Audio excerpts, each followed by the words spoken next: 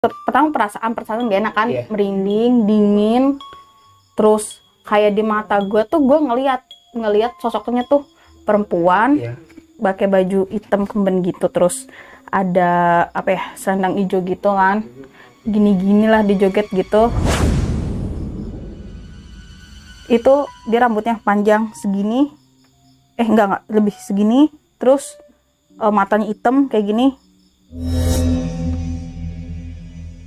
Mana itu, lihat, astagfirullahaladzim, itu beneran lari buruan. Itu tuh dia lagi nyengir kayak gini nih, itu karena angin gitu, sama dia tuh gandeng dua anak kecil gitu.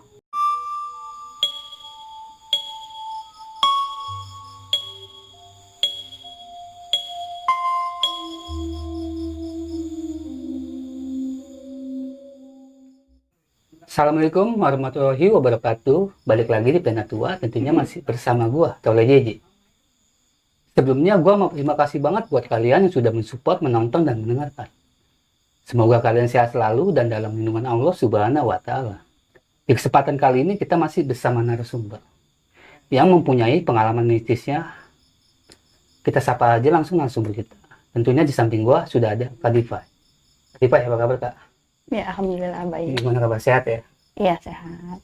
Kak Diva, sebelumnya gua berterima kasih banget nih sudah luangkan waktunya di sini untuk menceritakan pengalamannya. Oh iya. Oke, Kak Diva, mau ceritain pengalamannya itu waktu di mana nih? Ini sih gue mau cerita tentang pengalaman gue yang gue alamin dari kecil hingga sekarang, yang mungkin sebagian orang itu juga nggak pernah ngalamin, bahkan nggak pernah melihat gitu ya. Gue bakal mulai cerita dari awal, dari gue kecil sampai yang sekarang kayak gini. Oke, Kak, maaf ya. Itu waktu umur berapa? Mulai ngalamin hal kayak gini tuh dari gue SD lah ya, sekitar umur 7-8 tahunan gitu. Oh, umur SD? Waktu SD ya? Itu kelas berapa? Sekitar kelas 2, kelas 3 deh. Kayak gitu. Awalnya dari mimpi sih. Oke, Kak Diva, ditahan dulu ya. Oke, buat teman-teman semua, sebelum kita ke ceritanya, lagi-lagi gue mau ngingetin kalian. Terus dukung channel kami dengan cara subscribe, like, komen, dan share sebanyak-banyaknya. Dan jangan lupa nyalakan loncengnya agar kalian tidak ketinggalan video-video terbaru dari channel itu. Nggak usah lama-lama lagi, kita langsung aja pas ceritanya.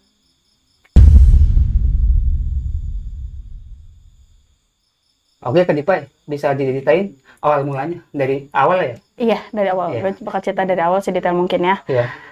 Jadi gini, waktu gue kecil itu, gue ngimpi itu didatengin sama dua cahaya gitu, kayak terbang gitulah.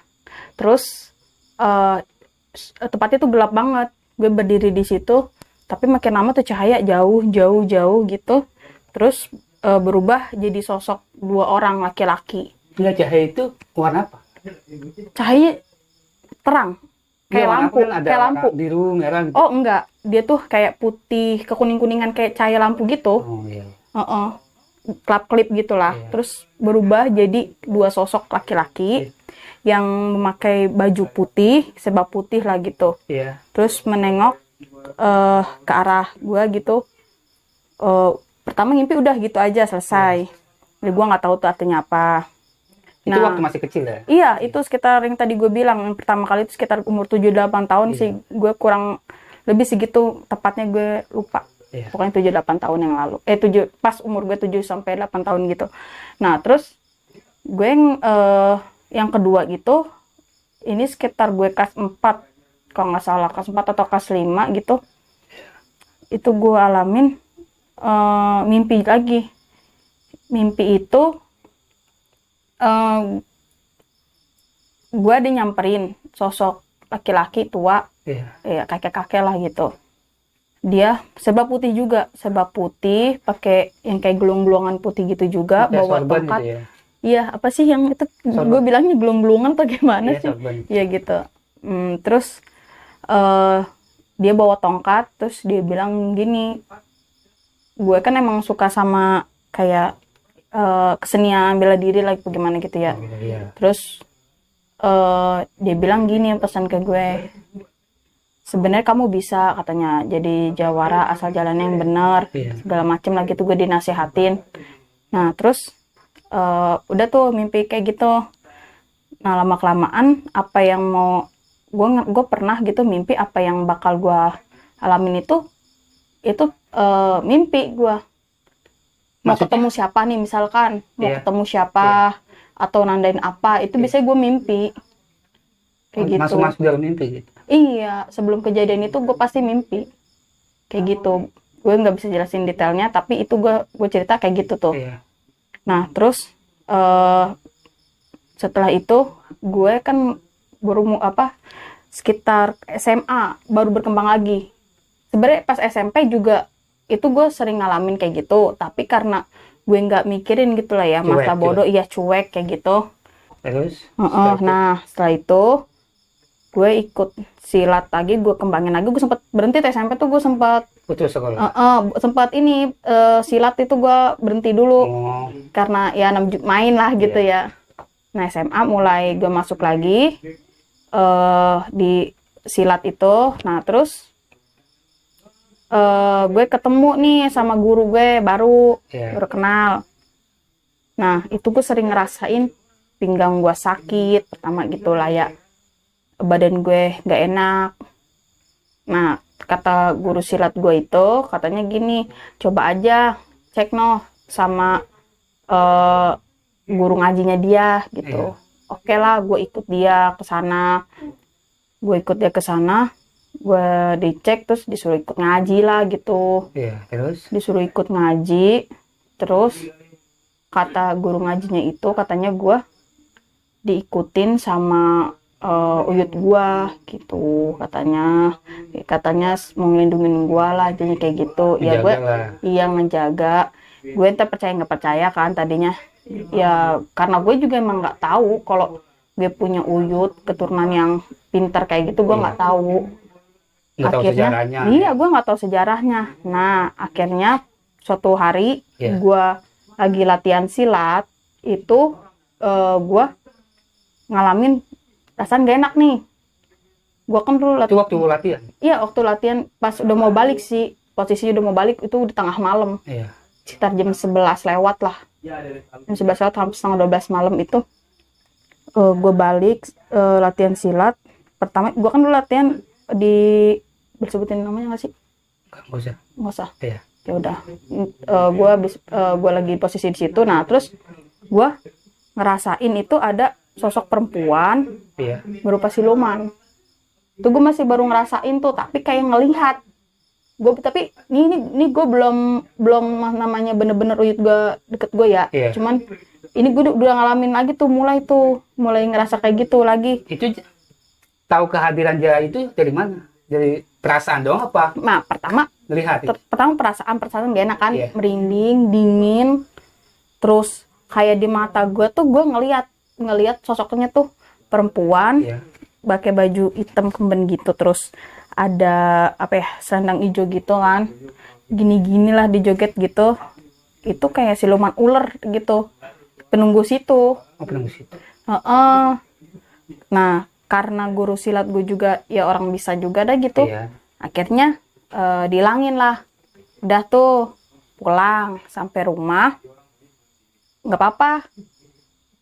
Tapi itu di posisinya gue di rumah lagi sendiri, keluarga gue lagi nggak ada di rumah lah, lagi belum balik, lagi ada urusan. Nah terus tiba-tiba tuh malam itu gue ngerasain gue denger suara dehem gitu, gitu. Cewek cowok. Gue bingung kan, di rumah nggak ada orang. Gue istighfar, gue pikir nggak ada orang di rumah, tapi kok ada seorang dehem gitu. Nah terus abis itu kayak ada seorang batuk gitu, Hasim gitu, tapi nggak ada orang, sepi banget di situ posisinya. Udah tuh 2 kali gitu langsung gue WA lagi guru silat gue yang tadi. Bang, kok ada suara orang dehem sama orang bangkis ya, tapi di rumah nggak ada orang. Langsung dia balik lagi di situ sekitar hampir jam 12 malam. Dia ke rumah lo? Iya, ke rumah dia berdua temennya. Nah terus abis itu tiba-tiba itu dari telapak kaki gue itu ngerasa dingin banget. Gue nggak bohong, itu beneran dingin, gemeteran, menggigil gue tiba-tiba. Gue kan keluar tuh, kan nggak mungkin gue ngajak cowok ke dalam kan.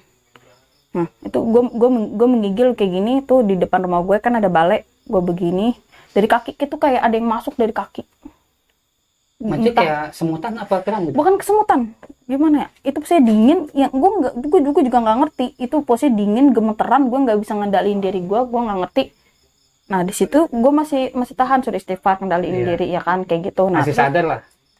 Masih sadar. Nah terus guru lu itu udah datang? Iya udah sampai. Pas udah sampai langsung dia datang. Kenapa emang? Pertama dia nanya gitu, kenapa emang? Nggak tahu bang, tiba-tiba ngerasa dingin gitu. Ngerasa dingin, terus ini tadi ada yang dehem kayak gitu nih, ngapa nih lah, terus tiba-tiba lagi ngobrol begitu, itu langsung gemeteran kaki gue. Terus dia telepon guru ngajinya dia, suruh datang lah tuh. Habis itu gue dibawa ke kamar mandi, kalau nggak salah dia wudhu, terus dibuka jalannya lah intinya, dengan cara dia dibuka jalannya, ngobrol sama gue, dibuka lah tuh sejadah gitu, gue duduk di situ berdua. Terus suruh ikutin, rasain. Ya akhirnya ngobrol, entahlah apa yang diobrolin. Nah tapi setelah gue sadar, katanya itu uyut gue yang ngikutin gue dari kecil, yang mau lindungin gue, jaga gue gitu katanya. Oh, gue juga nggak tahu kalau bakalan kayak gitu. Sebelum kejadian itu, gue pun ngalamin kesurupan sebenarnya di sekolahan gue. Sekitar seminggu yang lalunya lah gitu. Sebelum kejadian itu kan abis ada maulid atau apa gitu ya di sekolah itu, terus abis itu gue ngalamin kesurupan kayak gitu kan, gue nggak sadar, tapi kan gue belum mengenal hal kayak gitu banget, belum sadar gitu loh, gue belum sadar kalau gue tuh kayak gitu, kayak gini gitu, gue belum sadar. Nah terus abis itu gue kan main ke rumah temen gue. Terus bapaknya mungkin orang pinter juga ya atau gimana. Dia bilang gue kayak gini, Dek, itu temenmu orang bisa ngobatin orang, katanya gitu. Kata bapaknya? Kata bapaknya temen gue, nanya ke anaknya gitu. Hah? Nggak tahu deh pak, katanya gitu. Itu pun dia nggak cerita ke gue. Nah pas gue taunya itu, pas gue udah tahu ada uyutku ngikutin gue. Terus gue cerita ke dia, dia baru cerita ke gue. Dia nggak langsung cerita ke gue pas bapaknya nanya kayak gitu. Pas esokan harinya mungkin? Pas posisi gue cerita sama dia kalau gue ngalamin hal kayak gitu. Kan gue berbagi sharing sama dia aja nih, karena gue ngerasa deket banget sama dia. Kayak gitu. Nah dia baru ngomong, cerita kayak gitu. Kok bisa kayak gitu? Padahal gue pun nggak pernah diceritain tentang apa-apa masa lalu keluarga gue apa gimana gitu ya. Ternyata katanya emang pas ikut ngaji itu katanya ada keturunan dari nyokap gua gitu yang bagus, katanya kayak gitu. Ya gue sih tadinya nggak mikirnya, emang nggak ngerti. Nah akhirnya gue karena penasaran, gue juga pengen tahu kebenarannya. Gue tanya sama nyak gue manggilnya gitu yang dari nyokap. Gue tanya, katanya iya bener, katanya punya ajian belut putih lah gitu kalau nggak salah, katanya. Gue tanya namanya siapa gitu. Ya gue nggak perlu gue sebutin ya, pokoknya ada, gue manggil Uyut aja. Katanya kayak gitu. Katanya kalau zamannya dulu nih, katanya kalau berantem katanya nggak bisa dipegang orang apa kayak gitu, lolos aja, katanya lolos, katanya pernah diudak gitu ya? Iya, katanya pernah diudak-udak sama siapa gitu, itu katanya lolos baik, katanya kayak gitu. Ya kayak gitulah intinya. Terus mulai dari saat itu gue mulai tambah sensitif. Gue ikut ngaji terus tuh, setiap Jumat gue ikut ngaji, malam Jumat gue selalu ikut ngaji. Itu udah dewasa ya? Iya, itu pas gue SMA. SMA udah iya, dewasa. ini kita udah ngomongin yang gue SMA. Nah terus gue udah ngalamin hal sensitif kayak gitu lebih sering. Itu gue ngelihat lebih nyata. Oh iya, gue juga pernah dulu ngalamin sebelum gue kenal ini nih. Itu gue juga pernah ngeliat, itu zaman gue SMP, gue inget SMP kelas 3 kalau nggak salah. Itu gue ngelihat sosok kuntilanak. Itu serem banget, sumpah. Itu pengalaman pertama gue yang bener-bener jelas itu beneran hantu gitu yang gue ngeliat. Itu dia rambutnya panjang segini, enggak lebih segini, terus matanya hitam kayak gini. Bener sih, kalau yang kayak di film-film kalau itu nggak ada kakinya, itu bener terayun-ayun kena angin gitu. Jadi bahan aja gitu, bahan putih gitu. Iya, tapi ada rambutnya, ada matanya gitu, pucat makanya. Posisi di mana ngeliatnya? Di perumahan. Dekat rumah lu atau di mana? Enggak, gue lagi main biasa lah, anak muda abis nonton trek-trekan dulu gitu ya. Zamannya Badung ya. Iya, zaman orang trek-trekan lah jadi itu, ketemu di jalan. posisinya tengah malam itu. Jadi ketemu di jalan ya. Dia, gue lagi nongkrong aja lah, tiba-tiba ngeliat yang kayak gitu tapi di balkon rumah orang. Nah itu jelas banget, dia ngeliat tawain gue, tapi untung gede nggak ngeluarin suara. Enggak, maksudnya jelasnya gini, kalau gue kan ngeliat dulu gimana ya, kayak asap-asap gitu ya. Enggak, ini bukan asap. Jadi pertama tuh gini, kan temen gue, almarhum teman-teman gue itu, dibilang dia tuh cuci muka pakai minuman soda, dia nyuci mata begini. Pai, lihat dah, itu apaan sih, gue salah ngeliat nggak sih, kata dia. Mana? Itu lihat, astagfirullahaladzim, itu beneran lari buruan. Itu tuh dia lagi nyengir kayak gini nih. Itu karena angin gitu, sama dia tuh gandeng 2 anak kecil gitu.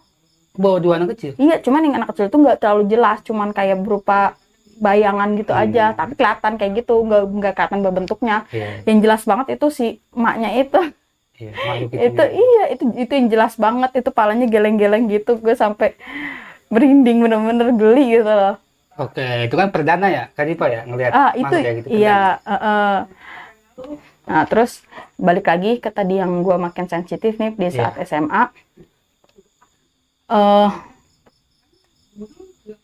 Sering ngerasain itu kalau ada bener-bener makhluk yang nggak kasat mata itu, keseringan sih cuman kalau kayak ngerasain tuh mual gitu. Kalau ada kehadirannya tuh mual, gue dingin. Kalau dia mau interaksi itu udah pasti gemeteran. Kalau dia cuman hadir, gue mual. Gue mual dingin. Tapi kalau emang dia mau interaksi sama gue, itu gue plus pusing gitu, kelingan, mualnya tuh bener-bener sampai gue gitu, bener-bener kayak gitu, bukan cuma sekedar mual doang. Iya, cuman nggak sampai muntah, mual, tapi jelas itu mual, itu dingin, gemeteran pasti kalau emang dia benar mau interaksi sama gue. Dan terus gue pernah kan itu gue yang pertama, gue juga pernah ngalamin gue yang kedua interaksi juga. Nah, gue bilang sama guru ngaji gue itu bahwa ada satu lagi yang mau ngikut. Bang, gue udah mulai bisa ngerasain kayak gitu, kayak sayang satu lagi mau ada yang mau ngikut juga ada bang. Pertama nggak diizinin sama guru ngaji gue itu. Karena katanya masa lalunya yang apalah, gue juga nggak ngerti gitu. Katanya jangan pakai ngikut, kalau bisa mah ya terserah abang, saya mah gitu. Ya udah, tapi dibikin tempat katanya. Gue dibikin tempat sih 2, tapi gue nggak tahu. Gue sekarang kan guru ngaji gue itu udah almarhum ya, udah nggak ada. Jadi gue juga kalau mau nanya juga bingung itu tempatnya masih ada atau enggak. Maksudnya tempat apa? Ya tempat, kalau gue juga, dia kan lulusan pesantren ya, gue juga nggak tahu. Jadi uyut gue itu kalau andai kata mau masuk di gua, itu dia punya tempat. Oh, ada wadahnya, ada tempatnya masing-masing gitu ya? Iya, terus ada juga naruh di badan katanya pusaka gitu, 2 pusaka di belakang gua. Itu pertama kali ditaruhin pusaka itu, gue ngerasa berat, sakit banget, ngilu, udah sakit banget tapi ngilu gitu, kayak ngerasa nggak nyaman, kayak ada yang ngeganjel. Kadang juga kalau ada sesuatu yang nggak bagus itu ngerasain cenat-cenut di bagian situ, di bagian belakang sini, suka ngerasain kayak gitu. Iya, ngilu, pokoknya kalau ngilu gimana, ya kayak ngilu kayak gitu. Terus dari situ dan gue kenal sama yang guru ngaji gue sama guru silat ini, kan tadi gue bilang makin sensitif, makin peka, itu kayak gue bisa interaksi juga sama yang lain. Gue juga punya teman dari bangsa jin kayak gitu. Terus ada juga yang orang yang udah nggak ada gitu ya, mungkin belum selesai di dunia atau gimana, itu sering juga datang ke gua kayak gitu. Ya oke, ke Dubai itu semacam teman apa?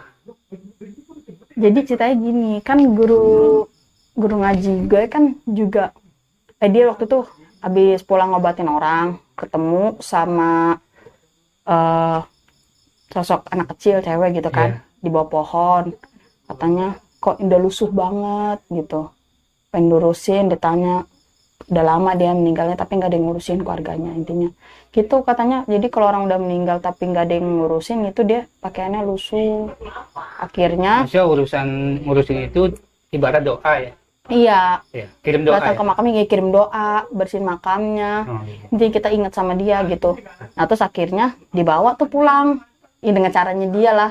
Dibawa pulang, terus dibeli baju muslim, dikasih ke anak yatim atau yatim piatu gitu, dikasih, diniatin buat makain baju dia, kayak gitulah intinya. Nah sering ngobrol-ngobrol kan tuh, sering ngobrol-ngobrol. Nah terus dia juga suka masuk ke gua nih, pas setiap ngaji kadang gitu, terus dia suka minta susu atau apalah, jajan gimana gitu.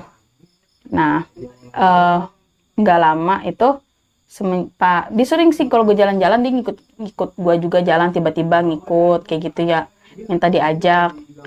Nah semenjak guru ngaji gue ini udah almarhum, kan udah jarang tuh namanya dia main. Tapi ada bangsa jin lain yang ngiri, pengen digituin. Dia tadinya itu masih jin kafir. Gitu ya. Kan dia cerita jin juga sama, ada yang muslim, ada yang kafir. Sama kayak manusia. Sama kayak manusia. Makanya kan ada namanya surah jin. Makanya ada orang yang nggak percaya sama makhluk halus itu, gue juga nggak ngerti. Kayak emang kita harus percaya emang makhluk halus itu ada. Karena emang Allah kan menciptakan jin dan manusia, bukan cuma manusia aja. Iya. Nah, pertama dia nggak tahu nih, guru silat gue nggak tahu kalau misalkan itu bukannya yang sebelumnya. Pas ditanya, iya, akhirnya dia ngaku bukan si yang itu, yang waktu itu diurusin sama guru ngaji gue. Bukan si anak kecil itu. Gue nggak bisa nyebutin nama-namanya. Nah, tapi mungkin yang satu lagi gue bisa sebutin namanya. Dia suka kok datang ke gue kadang. Boleh kata dia. Siapa itu namanya? Nah ini yang sekarang suka datang, temen atau adik gue bilang, si Afia namanya. Itu nama pemberian dari kita. Enggak, dari guru ngaji gue itu. Jadi guru ngaji gue, guru silat gue. Jadi ini beda lagi? Iya, bukan yang sebelumnya. Si anak kecil itu? Bukan. Kalau dia kan orang yang udah nggak ada. Dimasukin jin, itu jin korin yang masuk ke jin. Kalau ini mah jin asli. Emang dia kehidupannya kayak gitu. Iya, pertama dia non muslim. Nah terus akhirnya dituntun kan 2 kalimat syahadat. Terus dia mau, biarpun berat, susah. Itu sama siapa dituntunnya? Dituntunnya sama guru silat gue tadi. Guru silat. Akhirnya dia mau. Terus akhirnya dia masuk Islam, dia sering main ke tempat gua, tapi orang tuanya itu belum. Tadinya dia berteman itu sama kuntilanak juga di pohon di deket pohon rumah gua lah gitu intinya. Terus pertama mah dia masih senang main sama kunti, tapi pas dia jadi muslim, tuh kunti nggak mau nemenin. Katanya udah nggak mau, takut tapi ya udah beda, katanya gitu. Jadi mainlah sama lu. Kadang suka ngasih tahu apa kayak gitu. Anak seru sih, anaknya nggak galak atau gimana, enggak. Tapi masuknya ini indigo juga ya tadi Pak? Gue nggak ngerti sebutnya apa. Gue nggak mau bilang juga gue pinter atau indigo atau gimana. Gue cuma berbagi pengalaman aja yang gue alamin gitu ya. Gue nggak mau ngecap diri gue kayak gini kayak gitu, gue nggak mau. Biar kalian aja yang nilai kayak gimana. Gue cuma berbagi cerita aja apa yang gue alamin kayak gitu. Biasanya kan kalau orang itu kan bisa ngelihat, ngerasa gitu kan, termasuk indigo juga lah. Ya mungkin kayak gitu. Cuman yang balik lagi tadi, gue nggak mau ngecap diri gue kayak gitu juga.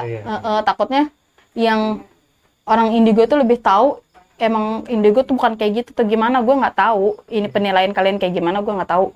Pokoknya gue di sini cuma sharing dan cerita, berbagi pengalaman gue dari kecil, gak yang gue alamin sekarang kayak gitu. Oke, tadi kan kemarin kita sempat syuting juga nih ya, gagal ya. Iya, iya. Nah itu si Karin itu siapa? Arin, Ya, Arin. Arin Widya Helena itu Iya. noni Belanda yang pernah juga dateng. Jadi dia tuh sama gue tuh iba gitu loh. Oh, Dengan itu setelah yang tadi tuh. oh iya. Setelah itu? Gue kenal Lavia duluan dibandingin Lavia Arin. Baru Arin. Iya. Itu ceritanya gimana Kak? Kalau si Arin jadi gini, dia tuh kasihan ngeliat gue dan perekonomian keluarga gue yang nggak memungkinkan gitu ya. Pertama itu di suatu malam gitu, gue tiba-tiba itu dapet inspirasi tulis puisi lah gitu. Gue nulis puisi dari yang tentang agama, tentang dia juga pertemuan sama sosok orang gitu, orang yang dia suka. Terus sampai kehidupan dia yang dia seselin, enggak sempat memahami situasi luar, tapi dia menikmati kehidupannya sendiri, kayak gitu sih. Kayak gitu. Ada beberapa puisinya yang gue kirimin buat Penatua ini. Tapi dia termasuk turunan Belanda ya? Iya, dia campur. Dia Belanda campur Jawa. Dia Belanda campur Jawa. Bokapnya Belanda, ibunya Jawa. Tapi dia lebih senang bahasa Indonesia yang di sini dibanding Belanda. Iya, karena dari lahir dia lahir di sini. Itu enggak, awal mulanya gimana itu? Awal mula dia ngikutin gitu. Pertama gue tuh nggak tahu kalau misalkan itu dia yang ngasih gue inspirasi puisi-puisi itu. Gue tulis aja lah itu puisi-puisi, ada 3 puisi itu. Terus gue bilang ke teman-teman gue, gue bilang gini, ada puisi, tapi gue nggak tahu ini siapa yang ngasih. Nah terus dibilangin deh, kata dia gini, coba aja lu rasain, kan dia udah pada ngerti gue lah, udah paham gitu. Itu siapa, tanya, coba rasain. Oh, dia noni Belanda, gue bilang gitu. Dia bilang kayak gitu. Siapa namanya? Belum kasih tau namanya tuh. Terus coba aja panggil. Udah, gue coba panggil aja, gue cuman cukup ngerasain gitu kehadirannya. Terus gue tanya namanya, dia bilang itu Arin Widya Helena, dia bilang kayak gitu.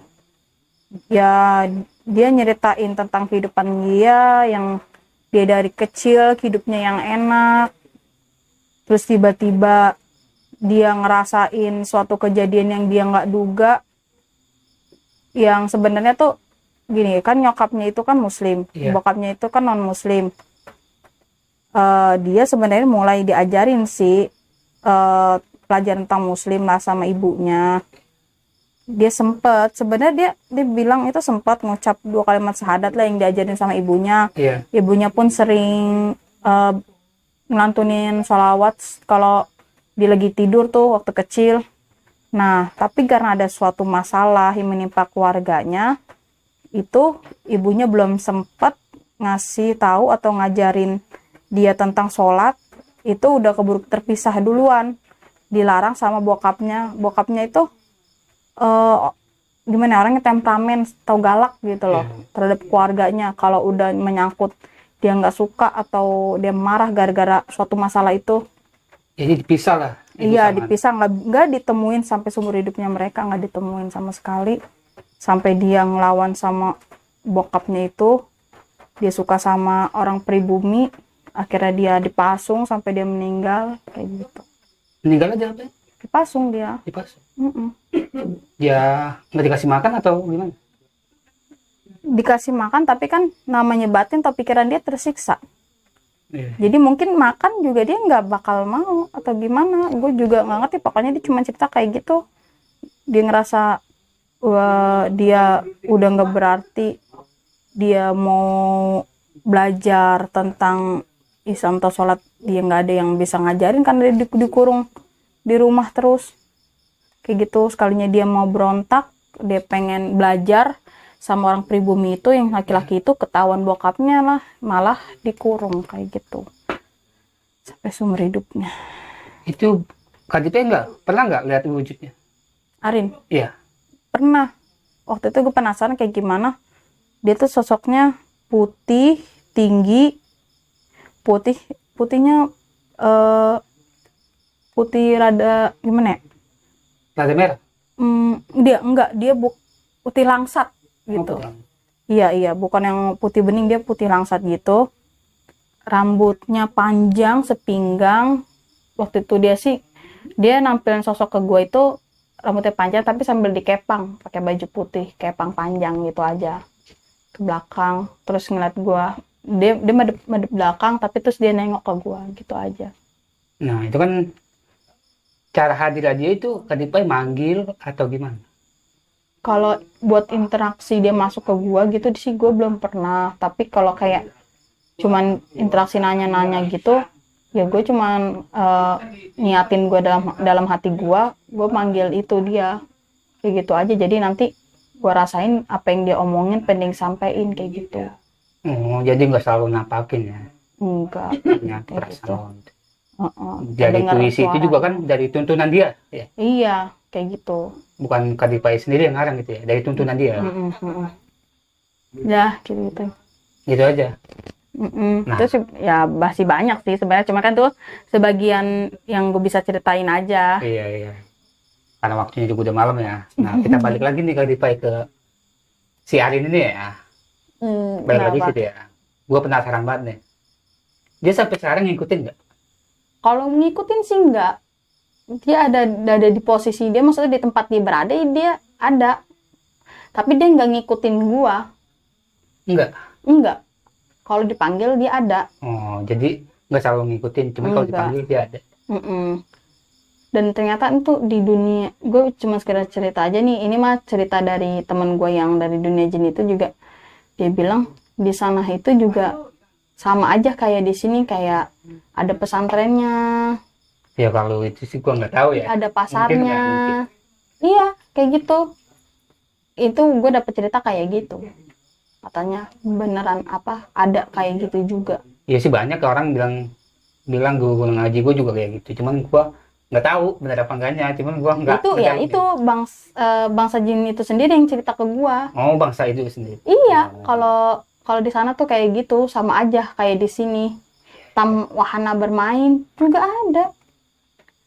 Banyak kayak pohon beringin tuh. Kayak kemarin gue habis dari makam, tuh pohon beringin gede banget. Ya itu kilas aja tuh langsung kelihatan sama gue itu gerbang wahana. Dengan wahana taman bermainnya mereka. Ya padahal ke sana tuh jalan raya. Di situ pohon beringin, cuman di balik tembok itu udah jalanan raya. Tapi ya kan beda, alam kita sama alam dia beda. Iya, tapi KDP masih ngerasain sampai sekarang ya? Masih peka dengan dunia gitu? Masih, karena katanya karena ini faktor keturunan, bukan gue cuman belajar. Iya kan ada yang faktor emang belajar nyari ya. Kalau gue emang gue nggak nyari, tapi ya alhamdulillah itu rezeki gue sendiri gitu. Itu hadir kayak gitu. Katanya kan kalau setiap keturunan itu kan masing-masing mungkin bakal dapet gitu. Kalau karomahnya lah, kalau emang itu sesuatu hal yang baik, insya Allah gitu. Tapi pernah nggak KDP nemuin yang jahat gitu? Oh pernah. Jahat dalam hal apa dia? Aduh, galak banget sih kalau gue ceritain, galak banget soalnya kalau dia dateng tuh aromanya nyengat, bau busuk tuh. Terus dia pasti mau ngejahatin orang. Gue mungkin nggak berani. Jadi nggak selalu yang baik ya? Oh enggak macam-macam. Ya. Oke KDP punya nggak nih pesan-pesan buat teman-teman semuanya? Pesan-pesannya aja gitu. Oke, gini sahabat penatua. Ya. Pesan gue, jika kita punya kelebihan, kita nggak boleh sombong, dan kita juga perlu menghargai atau mempercayai adanya itu makhluk yang nggak kasat mata. Itu emang kita tuh hidup berdampingan sama mereka. Jadi dibilang hantu, sebenarnya hantu itu sebenarnya nggak ada menurut gue, tapi itu tergantung sama pikiran kita. Yang ada itu jin dan manusia, yang gue tahu kayak gitu. Jadi kalau hantu itu ya jin kafir, Iya. tapi menyerupai kayak kuntilanak, pocong, kayak gitu. Mengganggu ya. Iya, itu tugasnya jin kafir. Yang dia mau berupa kayak gitu, yang makhluk-makhluk kayak gitu. Tapi kalau jin muslimnya enggak. Iya. Kayak gitu. Ya namanya Jadi juga. jadi cerita ini juga cerita pengalaman aja ya. Iya, di sini juga gue ceritain pengalaman gue aja, terserah sahabat-sahabat semuanya mau percaya atau enggak. Sini gue cuma berbagi cerita pengalaman gue pribadi, diambil yang positif, dibuang yang negatifnya. Semoga apa yang gue sampaikan ini bisa kalian suka atau bisa kalian terima, gitu aja sih. Iya, soalnya juga jarang banget Bay, cewek-cewek gitu ya mempunyai kelebihan seperti itu. Dari teman-teman gue juga kan cuma lu doang nih, makanya gue ajak ke sini. Jarang banget. Iya, makanya gue ya alhamdulillah juga beruntung namanya gue ditakdirin buat ngerasain atau ngalamin hal kayak gini, gue jadi bisa sharing sama kalian. Iya. Kayak gitu kan juga bisa pelajarin, jadi mulai sekarang oh emang kehidupan jin itu ya ada. Jangan bilang makhluk halus itu atau yang makhluk nggak kelihatan itu nggak ada. Mereka itu ada. Dikit dia tuh berdampingan sama kita, intinya kayak gitu. Gitu aja. Oke, terima kasih banget ya. Iya. Ya, buat teman-teman semua, itulah kisah pengalaman Kak Dipai. Kita ambil sisi positifnya dan buang negatifnya. Sekian aja dulu pada video kali ini. Dari gua, Tore JJ dan Kak Dipai. Pamit undur diri. Assalamualaikum warahmatullahi wabarakatuh. Waalaikumsalam.